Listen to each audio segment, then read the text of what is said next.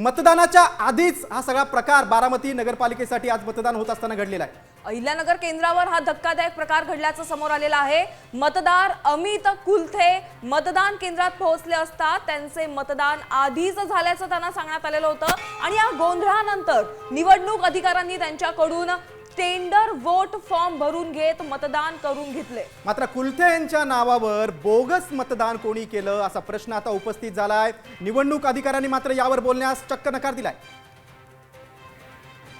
आपण थेट जाऊया, आमचे पुण्याचे प्रतिनिधी अक्षय बडवे आपल्यासोबत जोडले गेले आहेत। अक्षय, अतिशय गंभीर प्रकार सगळा हा काय झालेलं नक्की? बोगस मतदानाची तक्रार पोलीस ठाण्यात झाली आहे का? निवडणूक अधिकाऱ्यांनी तर चक्क बोलण्यास नकार दिलाय। निश्चितपणे आपण जर पाहू शकतो तर हा सगळा निवडणुकीचा गोंधळ जो आहे तो गेल्या अनेक दिवसांपासून सुरू आहे आणि आज सुद्धा पुणे जिल्ह्यातल्या बारामतीमध्ये सुद्धा हेच पाहायला मिळालं। काहीसा गोंधळ जो आहे तो सकाळच्या सत्रात पाहायला मिळाला होता। जेव्हा हे उमेदवार स्वतः तिथे मतदानाला गेले होते त्यावेळेला हा सगळा गोंधळ जो आहे तो समोर आलेला आहे। यावर आता राज्य निवडणूक आयोग काय प्रतिक्रिया देतं हे पाहणं महत्त्वाचं असेल। पण ठिकठिकाणी आपण राज्यातली जी परिस्थिती पाहिली तर 3 डिसेंबर रोजी देखील जो गोंधळ अनेक मतदान केंद्रावर पाहायला मिळाला होता तोच गोंधळ जो आहे तो पुन्हा एकदा बारामतीमध्ये सुद्धा आपल्याला पाहायला मिळाला होता। पोलीस जे आहेत ते सुद्धा आता कामाला लागले आहेत। यामधला काही तफावत आहे का याचा शोध देखील जो पोलिसांकडनं सुरू आहे। पण दुसऱ्या बाजूला राज्य निवडणूक आयोगाची प्रतिक्रिया जी आहे ती अत्यंत महत्त्वाची आहे आणि त्याचा जो सगळी वाट बघतायत राज्य निवडणूक आयोग जो आहे त्या यामध्ये काही दखल घेतं का हे पाहणं देखील तितकंच महत्त्वाचं असेल। अक्षय, आपण म्हणू की मतदानाच्या अगोदरच मतदान झालं होतं, मात्र या बारामती व्यतिरिक्त आणखी कुठे असा प्रकार झालाय का? विरोधकांनी काय आक्षेप घेतलाय का?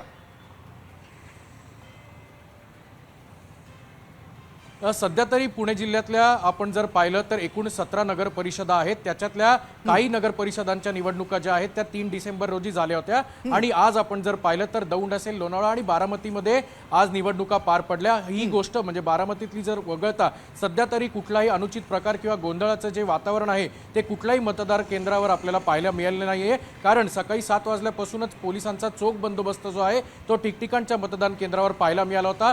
राज्य निवडणुकाचे अधिकारी कर्मचारी यांच्याकडनं सुद्धा प्रत्येक मतदान केंद्रावर जो नेहमीची ड्युटी असते ती देखील पार पडण्यात आली होती। त्यामुळे विरोधकांकडनं तात्पुरत्या स्वरूपात सध्या तरी आता संध्याकाळचे 6 वाजत आले, त्यामुळे मतदानाचा शेवटचा टप्पा जो आहे तो अजूनही ठिकठिकाणी चालू जरी असला तरी अनुचित प्रकार जो आहे तो कुठेही घडला नसल्याचा आता प्राथमिक माहिती आपल्यापर्यंत मिळते। नक्कीच अक्षय, या संपूर्ण घटनेची आता दखल निवडणूक आयोगाने घेतली आहे का?